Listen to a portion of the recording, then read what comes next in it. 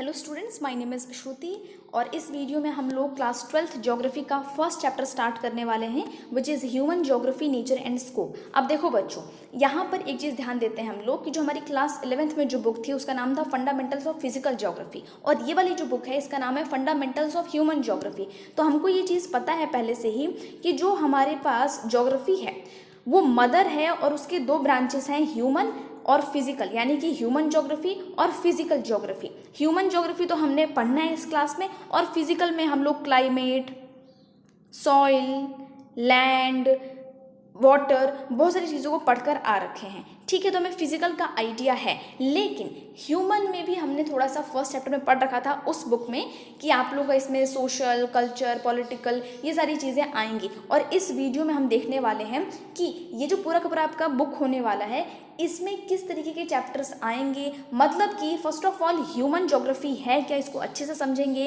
इसके सब फील्ड्स के बारे में देखेंगे, फील्ड्स को देखेंगे और इसके अप्रोच को देखेंगे और ह्यूमन ज्योग्राफी को समझने की कोशिश करेंगे। तो बहुत ही इंटरेस्टिंग चैप्टर ये होने वाला है आप लोगों का। ठीक है, अब यहाँ पर देखो बच्चों, सबसे पहले बात करें एक चीज़ की, तो ये जो चैप्टर मैंने यहाँ पर पूरा का पूरा कंटेंट तैयार किया है ये एनसीईआरटी के बेस्ड है, मतलब कि मेरे जितना भी यहाँ पर कंटेंट है सब एनसीईआरटी से है।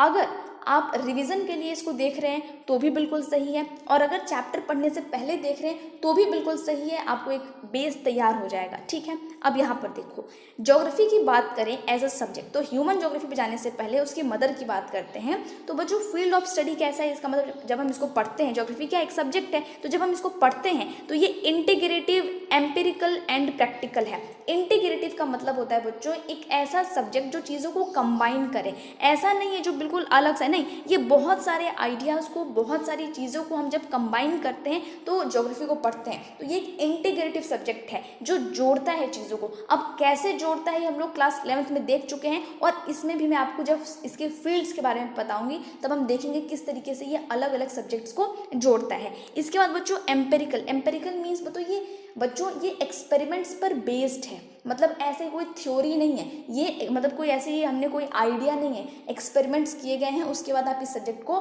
पढ़ रहे हो, लिटरेचर जैसा नहीं है और प्रैक्टिकल है। ठीक है, अगर इसकी रीच की बात करें तो एक्सटेंसिव है, मतलब कि बहुत लिमिटेड सब्जेक्ट नहीं है, बहुत दूर तक जाने वाला सब्जेक्ट है।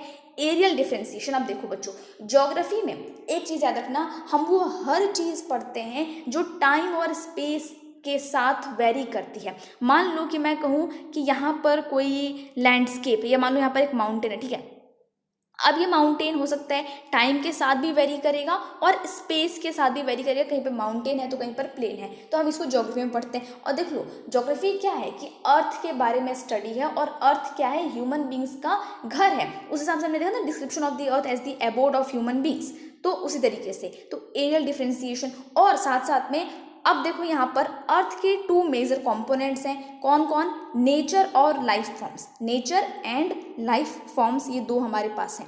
अब देखो यहाँ पर नेचर और लाइफ फॉर्म्स की बात हम लोग करते हैं तो नेचर में हमारे पास कौन आ जाएगा, फिजिकल इन्वायरमेंट जो हमारे पास है, और लाइफ फॉर्म्स में जो ह्यूमन बींग्स, एनिमल, सारी चीज़ें आ जाती हैं। तो बेसिकली हम पढ़ते हैं अर्थ के बारे में और ह्यूमन बींग्स के बारे में और वो सारे एलिमेंट्स जिन्होंने इनको सस्टेन करके रखा है। अब देखो, फिजिकल ज्योग्राफी में हम क्या पढ़ते हैं और ह्यूमन ज्योग्राफी में हम क्या पढ़ते हैं, कुछ तो डिफरेंस होगा। तो देखो, फिजिकल तो तुम्हें समझ में आ रहा है, लेकिन देखो यहाँ पर physical geography studies physical environment, साफ साफ है कि जो आपको इन्वायरमेंट आपके आसपास नजर आ रहा है ना, हम वही पढ़ते हैं। मतलब कि क्लाइमेट हो गया, लैंडस्केप हो गया, वाटर बॉडीज हो गई, इन सबको हम फिजिकल ज्योग्राफी में पढ़ते हैं। ह्यूमन ज्योग्राफी में बच्चों हम क्या पढ़ते हैं, अब देखो, नेचर जो है वो बिना ह्यूमन बींग्स के रह लेगा, है ना। नेचर आप देखोगे तो कितनी सारी जगह है जो यहाँ जहाँ पर ह्यूमन बींग्स नहीं है फिर भी नेचर सर्वाइव कर रहा है, लेकिन हम ह्यूमन बींग्स नेचर के बिना नहीं रह सकते। तो हम पढ़ते हैं ह्यूमन ज्योग्राफी में रिलेशन के बारे में, रिलेशनशिप के बारे में। So the relationship between the physical, natural and the human worlds. अब देखो, ये पहला है, यहाँ पर थोड़ा सा याद करो इस चीज़ को कि रिलेशनशिप को पढ़ते हैं, फिजिकल जो नेचुरल वर्ल्ड है ह्यूमन वर्ल्ड के साथ, इन दोनों का हम रिलेशनशिप ह्यूमन ज्योग्राफी में पढ़ते हैं। दूसरा क्या, the special distributions of human phenomena. अब देखो जो ह्यूमन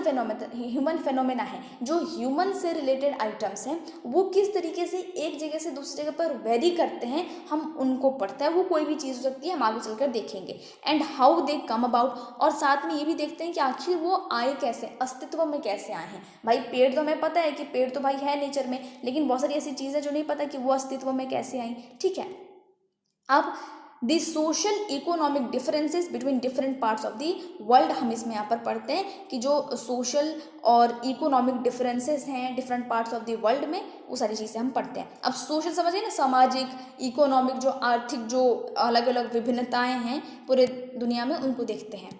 अब देखो बच्चों, geography as a discipline is to understand the earth as home of human beings. मैंने आपको पहले ही बताया था कि ज्योग्राफी क्या है, कि एक सब्जेक्ट है, एक डिसिप्लिन है, जो जिसको हम कैसे समझते हैं कि अर्थ जो है हमारे ह्यूमन बींग्स का घर है, और वो सारे एलिमेंट्स को हम पढ़ेंगे जो इन दोनों को सस्टेन करने में हेल्प करते हैं, नेचर एंड ह्यूमन बींग्स। ठीक है, अब बच्चों जब इस सब्जेक्ट को बनाया जा रहा था तब डुअलिज्म, अब देखो डिबेट हो रहे थे, तो जब भी किसी सब्जेक्ट को बनाया जाता है तो कुछ डिबेट्स होते हैं कि आखिर इस सब्जेक्ट को बनाया जाए तो किस तरीके से रखा जाए, किस तरीके से इस सब्जेक्ट की पढ़ाई की जाए। ठीक है, तो देखो बच्चों यहाँ पर डुअलिज्म, आपको ये क्वेश्चन आ सकता है डुअलिज्म पर बहुत आसानी से।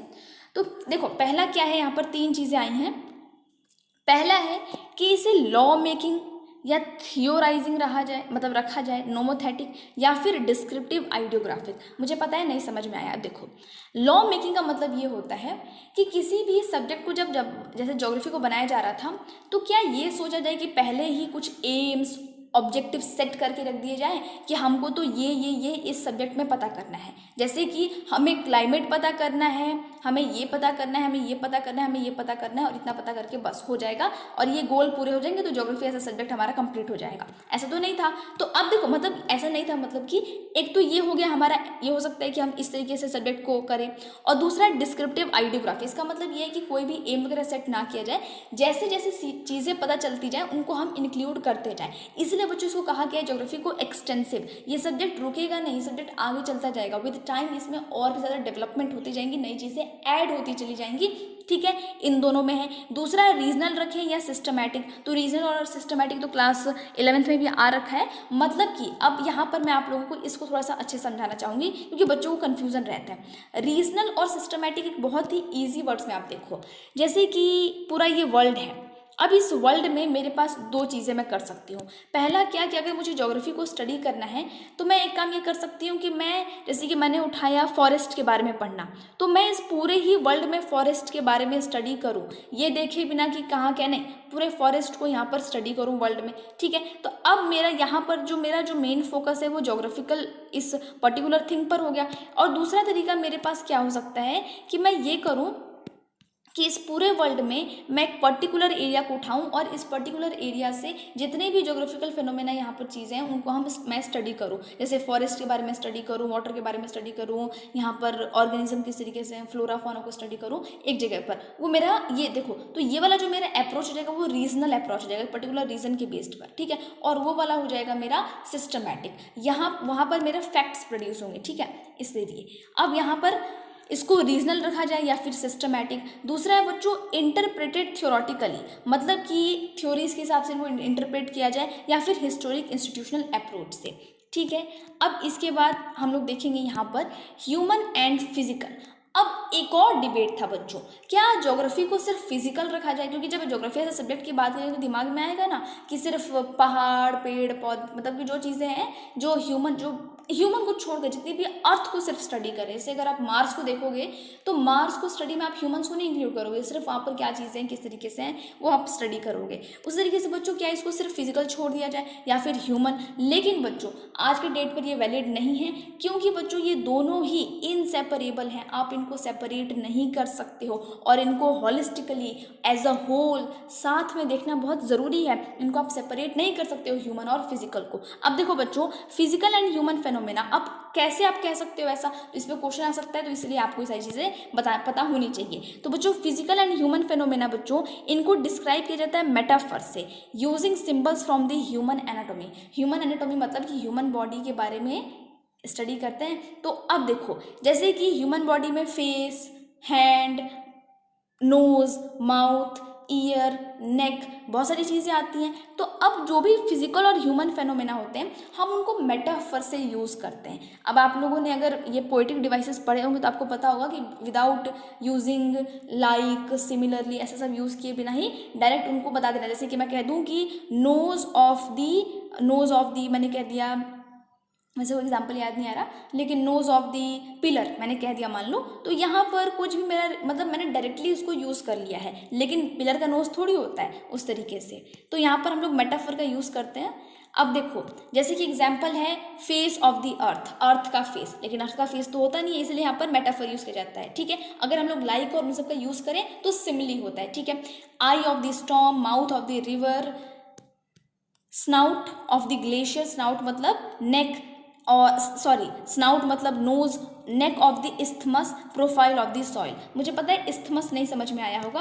अब यहाँ पर देखो, मान लो कि यहाँ पर इस्थमस के लिए कि दो यहाँ पर लार्ज बॉडीज हैं लैंड की, और बीच में एक पतला सा लैंड है, और जैसे कि थोड़ा सा इस तरीके से। ठीक है, अब यहाँ पर मान लो ये बड़े बड़े लैंड है और यहाँ पर ये है, और इनके आजू बाजू में क्या है, वाटर है, और ये पतला सा लैंड, बिल्कुल पतला सा, ही तो काफ़ी मोटा हो गया, ये इनको कनेक्ट करे, इसको इस्थमस कहते हैं। ठीक है, तो नेक ऑफ दी इस्थमस। ठीक है, ये भी हो गया हम लोगों का। अब बच्चों साथ साथ में विलेजेस, टाउन्स, रीजन्स, ऑर्गेनिजम्स, इन सबको बच्चों अब इनको क्या कहा जाता है, ऑर्गेनिज्म कहा जाता है। जैसे कि जितने भी हमारे यहाँ पर विलेजेस हैं, टाउन्स हैं, रीजन्स, इनको ऑर्गेनिजम्स कह के इनको पुकारा जाता है। क्यों? क्योंकि हम इनको मेटाफर की तरह यूज़ करते हैं। ठीक है, मेटाफर यहाँ पर।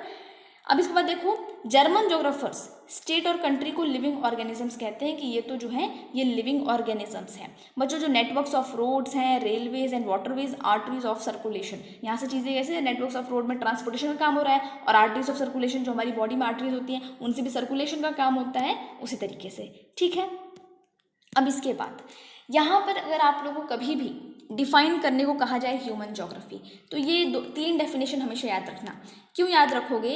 क्योंकि पेपर में बहुत पूछा जाता है कि रेड्जल ने क्या कहा था, उनकी डेफिनेशन बताओ, एलन सिंपल ने क्या कहा था, उनकी डेफिनेशन बताओ।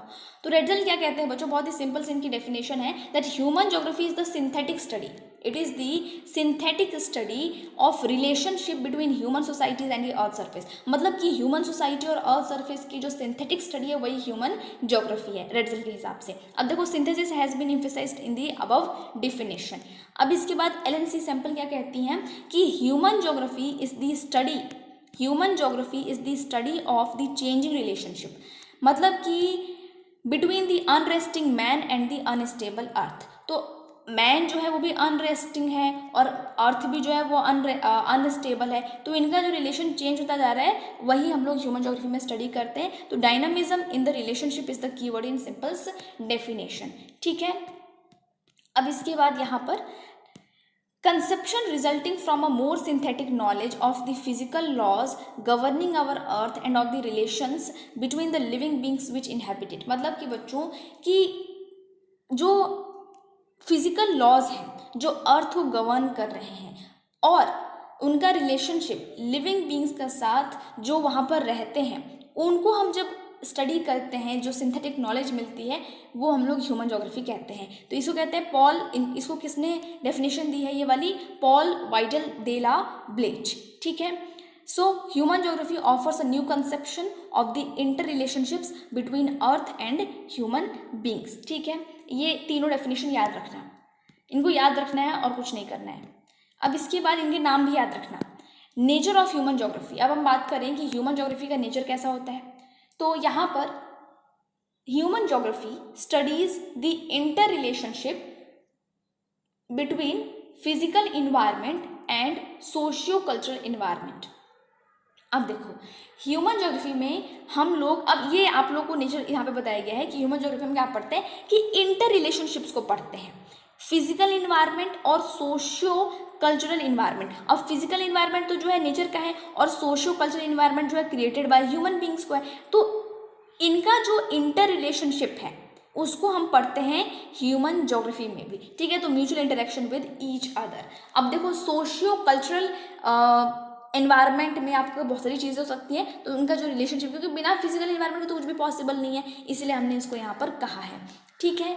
अब इसके बाद यहाँ पर एलिमेंट्स ऑफ फिजिकल ज्योग्राफी। अब एलिमेंट्स ऑफ फिजिकल ज्योग्राफी क्या है, तो land form, soil, climate, water, natural vegetation, diverse flora and fauna. इसके बाद houses, villages, cities, road, rail networks, industries, farms, ports, items of our daily use and all other elements of material culture have been created by human beings using the resources provided by the physical environment। अब देखो बच्चों, बहुत सारी चीज़ें जितनी भी मैंने यहाँ पर नाम लिया, आप सभी इन सब चीज़ों को आप जानते हो, हाउस को, विलेज को, सिटीज़ को, रोड रेल नेटवर्क्स को, इंडस्ट्रीज़ को, farms, ports, items of our daily use, जितनी भी चीज़ें हैं बच्चों वो ह्यूमन बींग्स ने बनाई हैं रिसोर्सेज को यूज़ करके, जो उन्होंने फिजिकल इन्वायरमेंट से उनको मिला है। मैं कहती हूँ यहाँ पर आप लोगों से कि ह्यूमन बींग्स ने घर बनाया। घर कैसे बनाया, जो उनको नेचर ने रेत प्रोवाइड किया है ना, बहुत सारी चीज़ें, ब्रिक्स, जो मिट्टी से ब्रिक्स बनाए, सीमेंट, ये सारी चीज़ें नेचर से उन्होंने रिसोर्सेज लेकर चीज़ों को डेवलप किया है, ठीक है। Physical environment greatly modified. अब देखो जो फिजिकल इन्वायरमेंट है उसको हमने ग्रेटली मॉडिफाइड किया, साथ साथ में बच्चों जो फिजिकल इन्वायरमेंट है वो ह्यूमन लाइफ्स को इम्पैक्ट भी करता है। कैसे इम्पैक्ट करता है वो हम लोग यहाँ पर इस टॉपिक में देखेंगे। Naturalisation of humans, humanisation of nature, दोनों ही बिल्कुल अपोजिट से हैं, तो बिल्कुल याद करना आसान है। मतलब कि ह्यूमंस का नेचुरलाइजेशन और नेचर का ह्यूमनाइजेशन, ये दोनों ही कंसेप्ट्स को हम पढ़ेंगे और कब क्या कैसे हालात थे उनको भी देखेंगे। अब देखो बच्चों, जो ह्यूमन बींग्स हैं वो किस तरीके से इंटरेक्ट करते हैं, किससे, इन्वायरमेंट से, मतलब कि ह्यूमन बींग्स का इन्वायरमेंट फिजिकल इन्वायरमेंट से किस तरीके से होता है, with the help of technology. अब देखो बच्चों, उस टेक्नोलॉजी को यूज़ करके वो क्या प्रोड्यूस करते हैं, मतलब कि मिट्टी को यूज़ करके वो ऐसे मटका प्रोड्यूस करते हैं। दिस इज़ नॉट इम्पॉर्टेंट क्या है, व्हाट टूल्स एंड टेक्निक्स, किस टूल और टेक्निक का उन्होंने यूज़ किया है इस मटके को बनाने के लिए। तो उन्होंने इसको जो सन ड्राई करना या फिर बेक करना, इन सारे टेक्निक्स का यूज़ करके इनको बनाया है, ठीक है। तो उस टेक्निक के बारे में जानना बहुत ज़रूरी है। अब देखो बच्चों, टेक्नोलॉजी ये दिखाता है कि किसी भी सोसाइटी का लेवल ऑफ कल्चरल डेवलपमेंट कितना हुआ है। कहते हैं ना कि हम लोग जो रेल्स हैं, रोड्स हैं, नेटवर्क्स, ये सारी चीज़ें हैं, वो क्या दिखाती हैं, किसी भी सोसाइटी के कल्चरल डेवलपमेंट को दिखाती हैं। तो यहाँ पर भी बच्चों वही चीज़ है, डेवलपमेंट ऑफ टेक्नोलॉजी। अब बच्चों जैसे जैसे टेक्नोलॉजी की डेवलपमेंट होगी, अब देखो टेक्नोलॉजी की डेवलपमेंट के लिए नेचुरल लॉज का समझना बहुत ज़रूरी है। मान लो कि तुमको ग्रेविटेशन के बारे में पता ही नहीं होगा, तो धरती पर आकर क्या करना है, कैसे करना है, तो चीज़ें थोड़ी सी क्या बहुत मुश्किल हो जाएंगी। तो जब हम नेचुरल लॉज के बारे में जानेंगे, उसी के अकॉर्डिंगली हम काम करेंगे, तो उनके बारे में जानना बहुत ज़रूरी है। जैसे कि एग्जाम्पल है बच्चों, अब यहाँ पर क्वेश्चन क्या आ सकता है बच्चों की टेक्नोलॉजी से रिलेटेड, कि एग्जाम्पल दो, टेक्नोलॉजी किस तरीके से हेल्प करती है, टेक्नोलॉजी क्या शो करता है, टेक्नोलॉजी और नेचर लॉस का क्या रिलेशनशिप है, वो सारी चीज़ें। तो बच्चों फ्रिक्शन एंड हीट से हमने फायर को किया, secrets of DNA and genetics, conquer diseases, many diseases बच्चों इनके बारे में पता करके, लॉज ऑफ एरोडायनामिक्स से डेवलप फास्टर प्लेन्स। बच्चों टेक्नोलॉजी से क्या होता है कि जो भी हमारे प्रॉब्लम्स हैं उनको हम लूज़ कर सकते हैं, उनको हम, जैसे कि जो भी हमें इन्वायरमेंट में रहते हुए, जैसे कि फ्लड का प्रॉब्लम हो गया, स्टॉर्म का प्रॉब्लम हो गया, उनसे हम फाइट कर सकते हैं। आप देखोगे कि घरों के बाहर तूफान आ जाता है और हम लोग अपने घर में रहते हैं, हमको पता ही नहीं चलता कि रात में तूफान आया था। लेकिन वही अगर आप आज से 200, 300, 400 साल पहले चलोगे, तब तूफान आ जाए तो लगता था कि हाँ भाई तूफान आया, लोग जग जाते थे, ठीक है। इवन आज भी गाँव में ऐसा ही होता है। अब यहाँ पर देखो, अब देखो यहाँ पर अर्ली स्टेज जब था, वही मैंने आपको कहा कि खैर आज तो हमारे पास घर है, खिड़की के ऊपर कांच है, बाहर तूफान चल रहा है, हमको पता नहीं चलता। लेकिन बच्चों उस ज़माने में जब ऐसी कोई भी चीज़ होती थी तो वो बहुत ही मुश्किल करती थी। तो बच्चों जो ये इंटरेक्शन है ह्यूमंस का, वो ग्रेटली इन्फ्लुएंस्ड बहुत। अब देखो आज के ज़माने में, मतलब आज के टाइम पर तूफान आ जाए, कुछ भी आ जाए, फ्लड आ जाए, तो हम अपने छत पे भाग जाते हैं, तो मतलब हमको उतना ज़्यादा इन्फ्लुएंस नहीं करता है। लेकिन उस टाइम पर बच्चों बहुत करता था। अब जो नेचर है, मतलब वो जो चाहे, हम लोग उस पर अडेप्ट हो गए थे। मतलब कि अगर हमें पता है कि ये सारी प्रॉब्लम्स हमको फेस करनी पड़ेंगी, टेक्नोलॉजी कम थी और जो ह्यूमन सोशल डेवलपमेंट है वो भी प्रिमिटिव था, मतलब बहुत ज़्यादा डेवलप नहीं था, प्रिमिटिव स्टाइल था। This type of interaction between primitive human society and strong forces of nature was termed as environmental determinism. और बच्चों इसी को इन्वायरमेंटल डिटर्मिनिज्म कहते हैं, जब नेचर जो है वो पावरफुल फोर्स है, जब ह्यूमन बींग्स जो है नेचर से डरता है, जब ह्यूमन बींग्स नेचर को वर्शिप करता है, उसको सुनता है, तो हम उसको कहते हैं इन्वायरमेंटल डिटर्मिनिज्म। मतलब कि एक ऐसा इंटरेक्शन जहाँ पर जो सोसाइटी है, ह्यूमन सोसाइटी, वो काफ़ी प्रिमिटिव है और जो नेचर का फोर्स है वो काफ़ी पावरफुल है और हमारे पास टेक्नोलॉजी नहीं है, तब इन्वायरमेंट हम पर भारी पड़ जाएगा, तब नेचर हम पर भारी पड़ जाएगा। इसको कहते हैं इन्वायरमेंटल डिटर्मिनिज्म। ठीक है, इस टाइम पर ह्यूमन बीइंग काफ़ी कमज़ोर है। अब यहाँ पर बच्चों आप लोगों को आपकी बुक में एक बॉक्स में द नेचुरलाइजेशन ऑफ ह्यूमंस के बारे में एक बॉक्स दिया हुआ है, जिसमें एक बेंडा है, वो अबुजमाद इलाके में रहता है, सेंट्रल ऑफ इंडिया में। बच्चों जो ये सेंट्रल इंडिया में, और अबुजमाद जो है छत्तीसगढ़ में है, ठीक है, इस वाले साइड में। और अब इसमें बताया जाता है बच्चों कि उसका जो विलेज है उसमें 3 हट्स हैं और काफ़ी वाइल्ड में, कोई कैट्स डॉग्स नहीं है, मतलब कि काफ़ी वो लोग, जैसे आज की ज़िंदगी जो है हम लोगों की जिस हिसाब से वैसी नहीं है, वो लोग काफ़ी वाइल्ड में रहते हैं और क्राउड विलेजेस में नहीं रहते हैं। और जो यहाँ पर जो बच्चा है उसने लॉइन क्लोथ पहन रखा है, जो जंगल वगैरह में लोग पहनते हैं वैसा पहन रखा है बच्चों, और उसके पास क्या है, बस एक एक्स है अपने हथियार के तौर पर, और वो पेंडा जो फॉरेस्ट है वो उसको सर्वे कर रहा है, चीज़ों को ढूंढने की कोशिश कर रहा है। उसकी अगर हम लोग बात करें, उसकी सोसाइटी जो इस एग्रीकल्चर को परफॉर्म करती है, तो प्रिमिटिव फॉर्म ऑफ एग्रीकल्चर है बच्चों, जिसे कहा गया shifting cultivation. Shifting cultivation I hope आपको पता होगा कि एक पैच ऑफ लैंड है जंगल का, इस पर जो भी पेड़ उगे हैं उनको काट के उनको जला देना, और उस जो ऐश होती है वो उसकी सॉइल की फर्टिलिटी को इंक्रीज करती है और फिर वहाँ पे खेती की जाती है। इसी को प्रिमिटिव फॉर्म ऑफ एग्रीकल्चर है, शिफ्टिंग कल्टीवेशन। तो ये लोग करते हैं। और बेंडा जो है वो महुआ ट्रीज़ को देखता है, बहुत खुश है, वो खिलने वाले, उसको बहुत ज़्यादा खुशी होती है, अपने आप को लकी मानता है कि वो इस यूनिवर्स को देख पा रहा है, वो इसका पार्ट है। इसके बाद जो ये बेंडा है वो एक नदी के पास जाता है, पानी की जो पानी बह रहा है वहाँ जाता है, वहाँ पे पानी को अपने हाथों में लेता है, और लोई लूगी जो स्पिरिट ऑफ द फॉरेस्ट माना जाता है, क्योंकि हम ह्यूमन बींग्स बच्चों हर चीज़ में कुछ ना कुछ रिलीजियस ढूंढ ही लेते हैं, तो लोई लोगी जो है उनको वो स्पिरिट को थैंक यू करते हैं उसको कि उन्होंने इसको पानी दिया, और इसके बाद मतलब अपनी प्यास बुझाने के लिए और अपनी फ्रेंड्स को और साथ में वो जाते हैं। और कुछ सक्यूलेंट लीव्स होते हैं बच्चों, सक्यूलेंट लीव्स का मतलब ऐसे होते हैं जी लीव्स जो थोड़े से जूसी हों और जो मतलब जिसको खाया जा सके, ठीक है, वो उसको खाते हैं। और इसके बाद वो जंगल में चले जाते हैं। जंगल में बच्चों वो लोग कुछ हर्ब्स ढूंढ रहे होते हैं, गजरा एंड कुचला, और इनको ये जो स्पेशल प्लांट्स है जो उनकी ट्राइब यूज़ करती है, लेकिन उसको याद नहीं आ रहा होता है अच्छे से। इसके बाद सडनली क्या होता है बच्चों की जंगल में एक रसलिंग मतलब थोड़ी सी हलचल सुनाई पड़ती है, और इन लोग को पता चल जाता है कि हाँ कोई आउटसाइडर्स आ गए हैं। इसके बाद बच्चों ये फ्लूइड मोशन में बिल्कुल मतलब कि तेज़ी से जो ये पेड़ जो कैनोपी हैं वहाँ जाके छुप जाते हैं। कैनोपी मतलब क्या होता है, जैसे पेड़ जो भी पौधे होते हैं उनका जो हरा हरा होता है ऊपर का, उनको कैनोपी कहते हैं, जो ऊपर से देखते हैं, ठीक है। अब देखो बच्चों, हमने देखा कि जो ये सोसाइटी है, जो बेंडा की जो सोसाइटी थी वो इकोनॉमिकली प्रिमिटिव है। और बच्चों ऐसी बहुत सारी सोसाइटीज़ हैं जो नेचर के साथ फॉरेस्ट में बहुत ही हार्मनी के साथ जीते हैं। अब क्यों जीते हैं मैं वो भी बताऊँगी आप लोगों को। यहाँ पर बच्चों देखो, जो नेचर है वो पावरफुल फोर्स है, बहुत तेज़ है नेचर। आपको अगर आप नेचर पर डिपेंडेंट नहीं रहोगे, नेचर से बगावत करोगे, ऐसे टाइम पे जब आपके पास टेक्नोलॉजी ही नहीं है, तब आपको बहुत नुकसान हो सकता है, ठीक है। अब नेचर को यहाँ पे लोग वर्शिप करते हैं, रिस्पेक्ट करते हैं, कंजर्व करने की कोशिश करते हैं, क्योंकि पेड़ काट देंगे तो खाएंगे कहाँ से, क्योंकि वो डायरेक्ट डिपेंडेंसी है बच्चों, वहाँ पर डायरेक्ट वो लोग डिपेंडेंट है पेड़ पौधों पर ही, उसी को काट देंगे तो फिर कुछ नहीं बचेगा, ठीक है।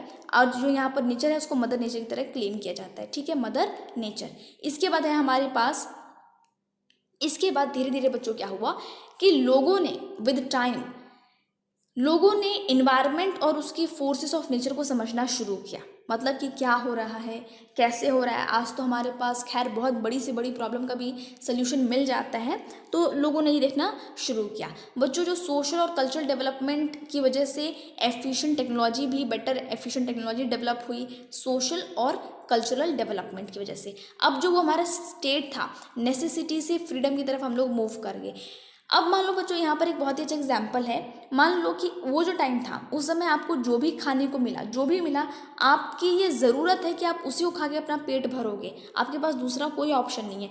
आज आपके पास विश है, आज आपके पास फ्रीडम है, आज आपको आके आपकी मम्मी पूछती है कि बेटा आज नाश्ते में क्या बनाऊँ, तो ये जो फ्रीडम थी ये उस टाइम पर नहीं था। उस टाइम पर तो जो मिल गया वो खा लिया, तो वो नेसेसिटी था, और आज जो है आपके पास फ्रीडम है। ठीक है। अब बच्चों धीरे धीरे क्या हुआ कि ह्यूमन बींग्स ने पॉसिबिलिटीज़ को क्रिएट करना शुरू किया with the help of the resources which they obtained from environment. Environment से उनको जो भी रिसोर्सेज मिलते उन्होंने उनसे पॉसिबिलिटीज़ क्रिएट करना शुरू किया।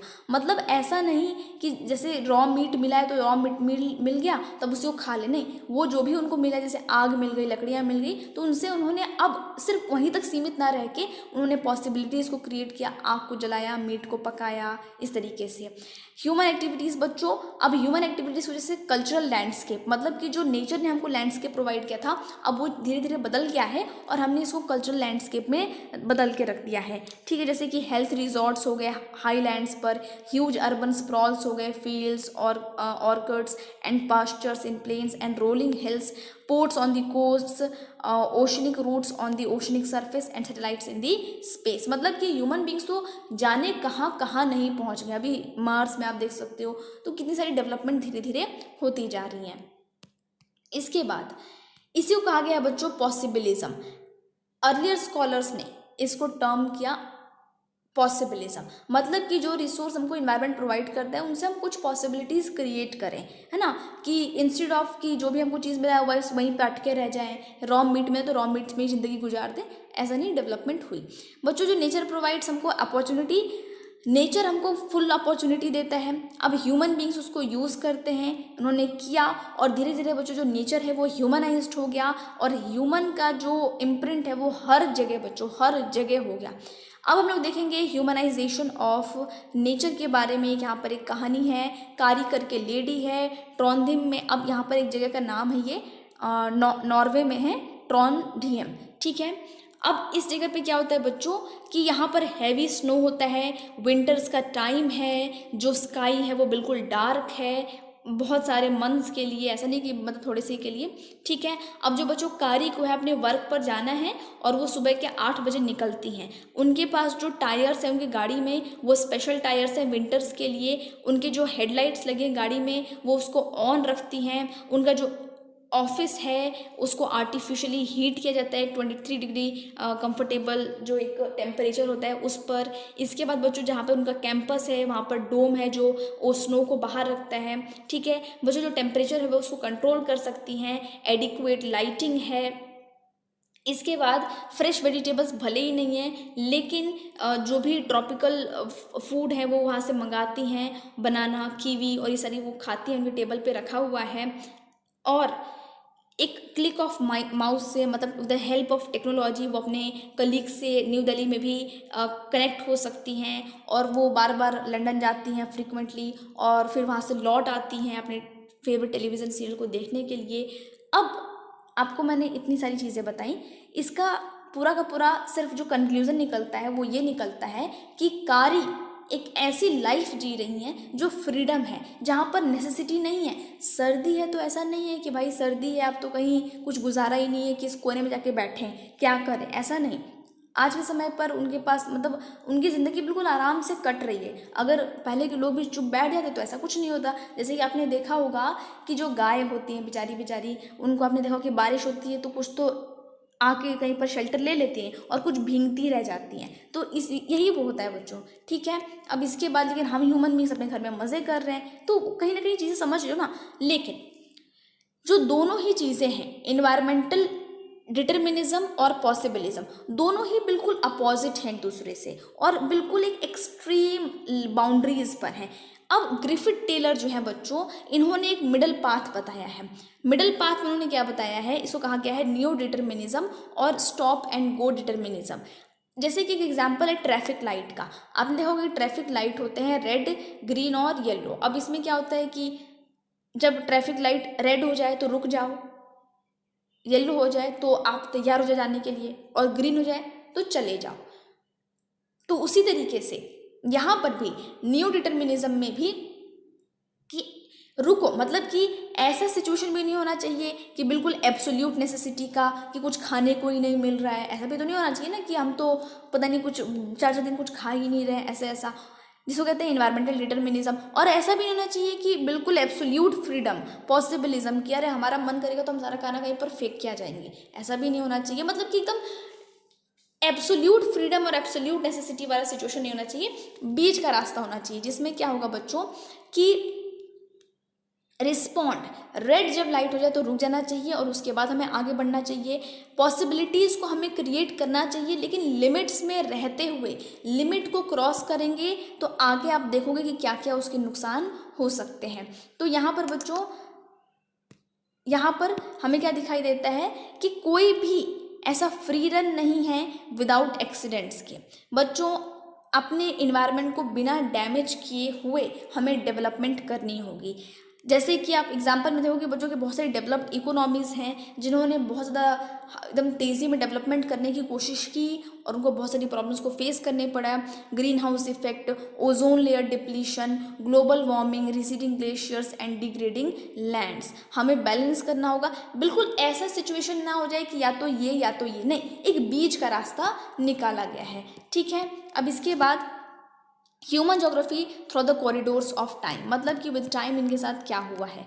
तो बच्चों, जो ह्यूमन बींग्स हैं जब वो आए इन्वायरमेंट के साथ, तो अडेप्टेशन, एडजस्टमेंट एंड मॉडिफिकेशंस जो प्रोसेस हैं वो चालू हुए डिफरेंट इकोलॉजिकल नीचेस में जहाँ पर ह्यूमन बींग्स आए। अब जो बच्चों beginning of the human geography कहाँ से होता है, जब इन्वायरमेंट और ह्यूमन बींग्स का इंटरेक्शन स्टार्ट होता है। और इसका जो रूट है बच्चों बहुत हिस्ट्री में बहुत शुरू से शुरू होता है। लेकिन बच्चों अब यहाँ पर long temporal continuum approaches to articulate them change over time dynamism, मतलब बच्चों क्या आप देखोगे चीज़ें जो है वो समय के साथ बदलती हैं, तो जो उनको आर्टिकुलेट करने का जो अप्रोच होता है वो भी टाइम के साथ चेंज होता है। बच्चों, जो ट्रेवलर्स होते हैं वो अगर कहीं पर जाते हैं तो वहाँ पे जो भी उनको इन्फॉर्मेशन मिलती है उनकी विजिट्स की, वो उसको डिससेमिनेट अपनी इन्फॉर्मेशन को इधर उधर बांटते हैं। पहले बांटते थे, लेकिन उससे भी पहले ऐसा कुछ नहीं होता था। ठीक है बच्चों, जो पहले के टाइम पर नेविगेशनल स्किल्स थे वो उतने ज़्यादा डेवलप नहीं थे और बहुत सारी प्रॉब्लम्स होती थी। लेकिन बच्चों लेट 15th सेंचुरी से थोड़े से हालात बदलने लगते हैं। यहाँ पर यूरोप में एक्सप्लोरेशन स्टार्ट होने लगता है। तो ह्यूमन ज्योग्राफी अगर आप शुरुआत की बात की जाए तो लेट 15th सेंचुरी आप बता सकते हो। ठीक है, यूरोप में ये सब शुरू हो गया। क्यों शुरू हुआ? लालच में शुरू हुआ। कौन सा लालच? रिसोर्स का लालच, इन्वेंटराइज्ड इन्फॉर्मेशन। ठीक है, मिथ्स और जो मिस्ट्रीज थी डिफरेंट कंट्रीज के बारे में वो खुलनी शुरू हो गई, है ना, कि कुछ ऐसा होता है वैसा होता है, ये सब चीज़ें बिल्कुल से मिथ जो थी, मतलब मनगढ़ंत जो भी बातें थी वो ख़त्म होने लगी। और कॉलोनियल पीरियड में तो और भी ज़्यादा कि इन्होंने रिसोर्स इन सब चीज़ों के लिए बहुत ज़्यादा आगे बढ़ना शुरू हुआ। और इसके साथ ही बच्चों ह्यूमन ज्योग्राफी का भी डेवलपमेंट हुआ। कैसे हुआ मैं तुमको बताऊंगी। ह्यूमन ज्योग्राफी का मतलब क्या है कि ह्यूमन फेनोमेना को स्टडी करना जो स्पेस और टाइम के साथ वेरी करे with relationship with the physical environment. ठीक है, अब यहाँ पर हमारे पास 3 स्कूल्स हैं। 3 स्कूल क्या हैं मैं आपको बताऊंगी। वेलफेयर और humanistic school, radical school of thought, behavioural school of thought. मतलब कि इन तीनों में ही आप अलग अलग चीज़ों को ह्यूमन ज्योग्राफी के हिसाब से स्टडी कर सकते हैं। वेलफेयर और ह्यूमनिस्टिक स्कूल क्या हैं यहाँ पर देखिए।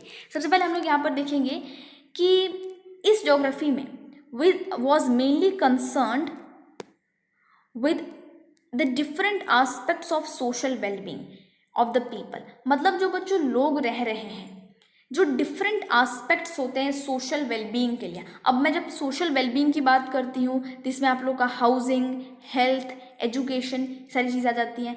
तो अब इसमें बच्चों मतलब इसे कहने का अर्थ ये है कि ज्योग्राफी को, ह्यूमन ज्योग्राफी को स्टडी करना, ये जो थॉट है यहाँ पर इसके ऊपर हाउसिंग, हेल्थ और एजुकेशन पे।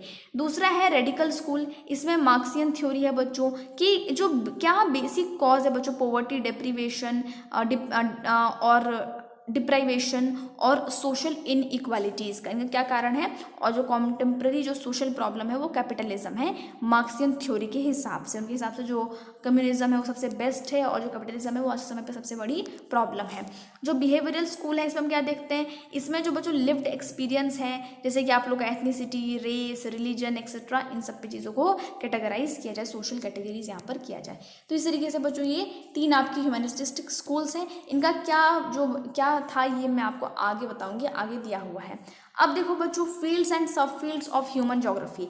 तो बच्चों यहाँ पर हम वो सारी चीज़ें सब पढ़ते हैं, वो सारे एलिमेंट्स को पढ़ते हैं जो स्पेस के साथ वेरी करते हैं, ह्यूमन लाइफ से जो रिलेटेड होते हैं। अब ह्यूमन लाइफ से तो बहुत सारी चीज़ें रिलेटेड होते हैं। जब चैप्टर पढ़ोगे, एक बार अपने इंडेक्स को देखना है इस बुक के, समझ जाओगे कि मैं क्या कहना चाहती हूँ। ठीक है, ये जो सब्जेक्ट है बच्चों वो हाईली इंटरडिसिप्लिनरी नेचर की है, मतलब कि ये बहुत सारे डिसिप्लिन्स को मिलकर यहाँ पर इंटरफेस होता है। बहुत सारी यहाँ पर डिसिप्लिन एक साथ कभी कभी तो ओवरलैप भी कर जाते हैं बच्चों। यहाँ पर इंटरफेस इसका डिफरेंट सिस्टर डिसिप्लिन के साथ सोशल साइंसेस के न्यू सब फील्ड्स जैसे जैसे आते जाते हैं डिफरेंट सब्जेक्ट्स में, तो सोशल साइंसेस में, तो इसमें भी जुड़ते जाते हैं बच्चों। इसकी बाउंड्रीज कभी कभी ओवरलैप भी कर जाते हैं बच्चों। अब यहाँ पर हम लोग देखेंगे कि ह्यूमन ज्योग्राफी में जो ब्रॉड स्टेजेस और थ्रस्ट क्या क्या रहे हैं। तो सबसे पहले हम लोग यहाँ पर देखेंगे पीरियड के बारे में, अप्रोचेस, ब्रॉड फीचर्स। अब देखो सबसे पहले हम देखेंगे तो अर्ली कॉलोनियल पीरियड, इस टाइम पर क्या अप्रोच था।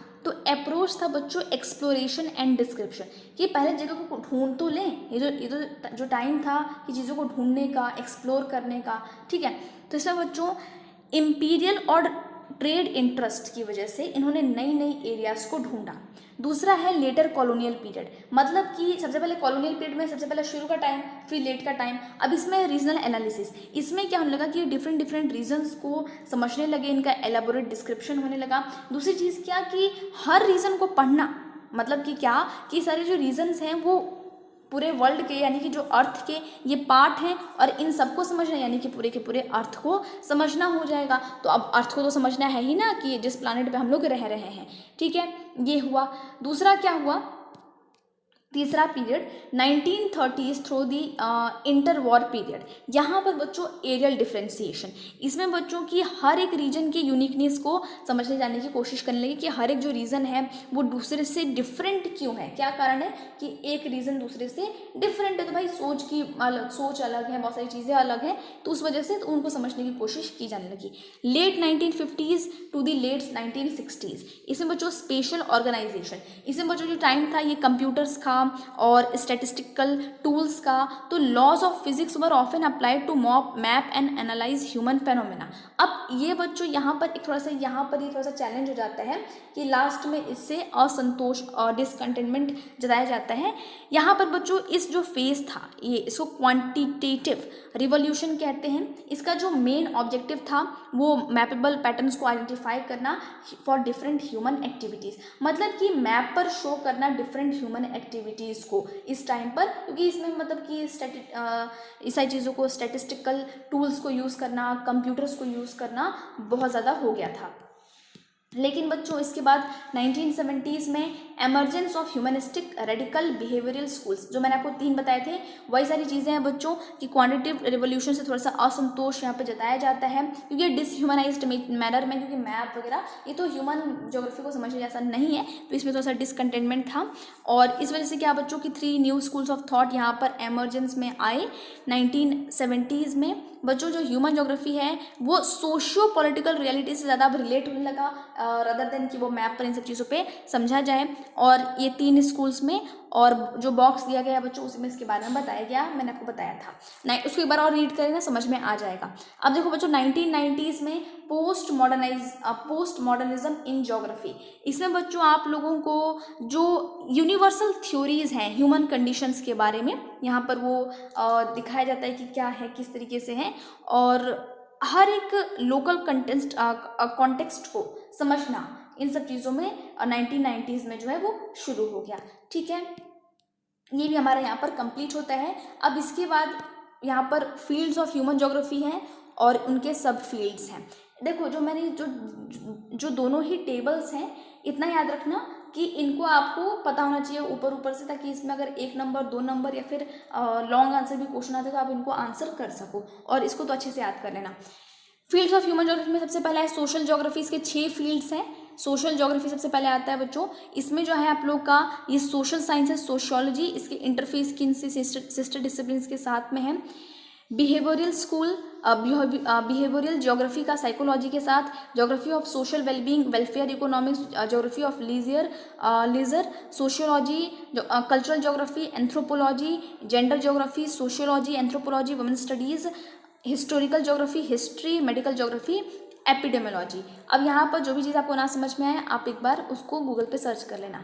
अर्बन ज्योग्राफी में बच्चों यहाँ पर urban studies and planning, political geography में इलेक्टोरल ज्योग्राफी, मिलिट्री ज्योग्राफी, अब यहाँ पर इसका psephology, military science, population geography में डेमोग्राफी और settlement geography, urban rural planning. ठीक है, ये अपने अपने एक सब्जेक्ट्स हैं इंडिपेंडेंट, तो इनके साथ यहाँ पर उनका डिसिप्लिन, उनके साथ उनका इंटरफेस बताया गया है। लास्ट है हमारा economic geography, geography of resources, geography of agriculture, geography of industries. अब इनका देख लो बच्चों, इसका रिलेशन है इकोनॉमिक्स के साथ में, resource economics, agriculture sciences, industrial economics, geography of tourism, tourism and trade, travel management, geography of international trade, international trade. तो यहाँ पर ये चैप्टर हमारा यहाँ पर ख़त्म होता है। लास्ट का टेबल मैंने जल्दी जल्दी कराया है क्योंकि इसको आप खुद से रीड करोगे, और दूसरी इंपॉर्टेंट चीज़ ये है कि इसको लर्न करोगे। बिना याद किए कुछ बच्चों कुछ भी नहीं होने वाला है, पेपर में भूल जाओगे, कुछ फ़ायदा नहीं होगा समझ के भी। तो इसको लर्न कर लेना सारी चीज़ों को, तो सारी चीज़ें बिल्कुल आसान हो जाएंगी। आई होप आपको ये टॉपिक समझ में आया होगा। Thank you for watching.